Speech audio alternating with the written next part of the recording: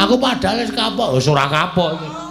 Tetep kecekel ngene iki wis Darantasena iki rasa dadak glu, tangane wis mlebu sak njupuk kecrek. Mbok minta maaf, Tru. Nyun ngapunten. Kang Raka goleki kula wong loro. Iya. Aku sampean mboten goleki. Aku iki wong iso mikir kok, Tru. Aku iki pikiranku beda karo Kakang Garwaja, Kakang Turjo. Aku iki wong duwe jati diri arep ora duwe tata krama, ora duwe unggah-ungguh, ning aku senengane goleki ngutik-utik barang lelakon sing wis kelakon.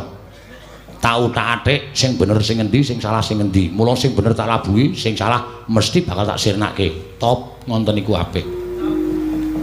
Ngono iki lho, nom-noman Ngamarta iki sing dibutuhke kaya ngoten iki lho. Dasare SDM-e tinggi. Piyayine ora tau macem-macem apa anane. Arep ora iso basa, ora iso tata krama, ning jalan pikirane beda karo anak-anak Werkudara liyane. Nggih ta? Iya. Terus selanjutnya kowe arep dikon ning negara Ngamarta. Nek kowe ora gelem, kowe ora kena lapor karo bapakmu perkara lalakon Ngamarta. Nek kowe ora gelem, kowe arep dipeksa karo Kakang Garwaja, Kakang Turjo. Waduh. Piye, Gong? Ya wis pasrah. Arep piye? Masa dhewe wani Randara Garwaja Darantarja. Terus sampean mrene ngopo? Ngabari. Ngabari ngono kuwi ta. Terus lepas tangan. Apa kowe? Dasare ra ditata krama, ra diunggah-ungguh, mung sak kepenake dhewe. Lho, kowe iki bareng arem kok elek-elek. Aku gampang malik apa wonge. Oh, men aku. Wis sak karepku to. Ha iya ora. Ning kowe tak bilani aja kuwatir. Carane menengo. Wong loro kene. Nggih. Kowe nek dadi Petruk ngono kuwi upama tak dadekke Baladewa gelem ora? Sembrono ora. Tenane. Lho, aku tenanan. Men do bingung, men do kapok. Aku pengen ngapokke wong tuwa-tuwa sing tumindake apik kae kok. Petruk tak dadekke Baladewa, Werkudara tak dadekke Bagong tak dadekke Werkudara. Diwalik. Oh. Mbok kaya fotokopi. Bagong tak dadekke Werkudara. Nggih, nderek mawon. Ya. Gelem ya. Purun. Ora kuwatir.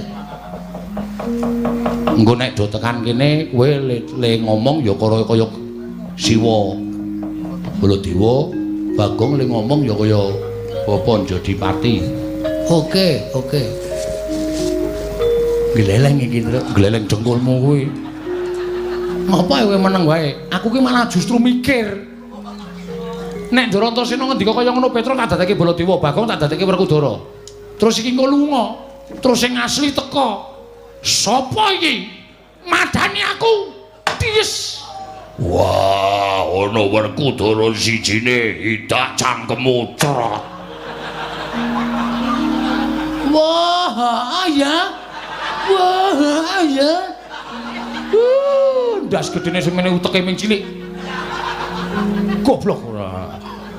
Tanggung jawabe pripun? Kowe iki rasa kuwatir karo aku. Aku wani gawe iki wani tanggung jawab. Ora kaya Bagong iki gua gawe. Ora wani tanggung jawab. Ora njaluk. Men canggleleng ya wajake. Aku wani tanggung jawab aja kuwatir. Oh nggih, siap. Wis ya ngono wae nggih. Iya to ya? Ya. Wis saiki do merem. Sedakep. Bagong sedakep. Duh, piye le sedakep? Matane merem. Matane sapa? Matamu kuwi. Sluku bathok.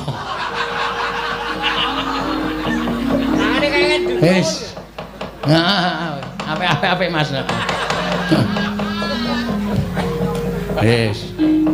Wis ya tak dadekke Baladewa, tak dadekke Werkudara. Engko ora usah omong jeneng wis semedi kok omong. Oh iya ning.